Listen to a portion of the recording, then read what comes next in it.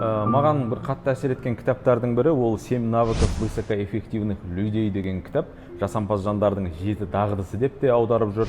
Әлемнің бір 40 шақты тілінде 30 миллион данамен таралған әйгілі кітаптың авторы Стивен Кови, білетін де шығарсыздар. Сол кісі ұсынған бір взаимозависимость деген түсінік бар.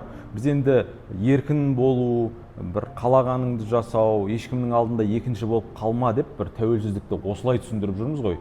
Кови мырзаның түсінігі мүлдем басқаша. Енді қысқаша бір қазақыландырғанда ол кісінің тәуелсіздікке қатысты ұстанымы былай, мен бір айтып көрейін. Өмірдің өзі бірлесіп өмір сүруден, тізе қосып тірлік қылудан тұрады екен ғой. Бір тиімділігімізді біз максимумға шығару үшін біздіңше түсініктегі тәуелсіз болу, яғни жеке дара қимылдау жеткіліксіз, әлгі бір гольф ойнауға теннистің таяқшасын қолданғандай әбір жететін әрекет, селбесіп, бір қолтықтасып әрекет ету, қимылдау ол нағыз піскен тәжірибелі жандардың таңдауы дейді Кови мырза. Мысалы, менің бір 12 мүшем сау, аяқ қолым балғадай және өзім сияқты келесі бір азаматпен күш біріктірген кезде тиімділігіміз, өнімділігіміз бұдан да жақсаратындығына мен сенімдімін.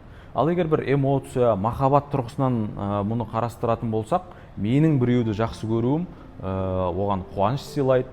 Мені біреуді жақсы көретін болса, ол да маған бір жақсы эмоция, яғни бір жанымды жадыратады, жүрегімді жылытады деген сияқты. Ал егер интеллектуалдық жағынан қарайтын болсақ, маған қарағанда білімі, білігі жоғары, тәжірибесі үлкен азаматтармен ой бөлісіп араласуым мені рухани байытады. Ал өз кезегімде мен де бар білетінімді айналамдағылармен бөліссем, мен де қоғамға пайдалы болып шығам. Яғни күш біріктіру, одақтасу деген ол бір тәуелді болып қалу емес, тәуелсіз адамдардың таңдауы деп отыр ғой Кови мырза. Яғни менің айтқым келгені, өмір бір-біріне қамқор жандармен сәулелі екен ғой жігіттер.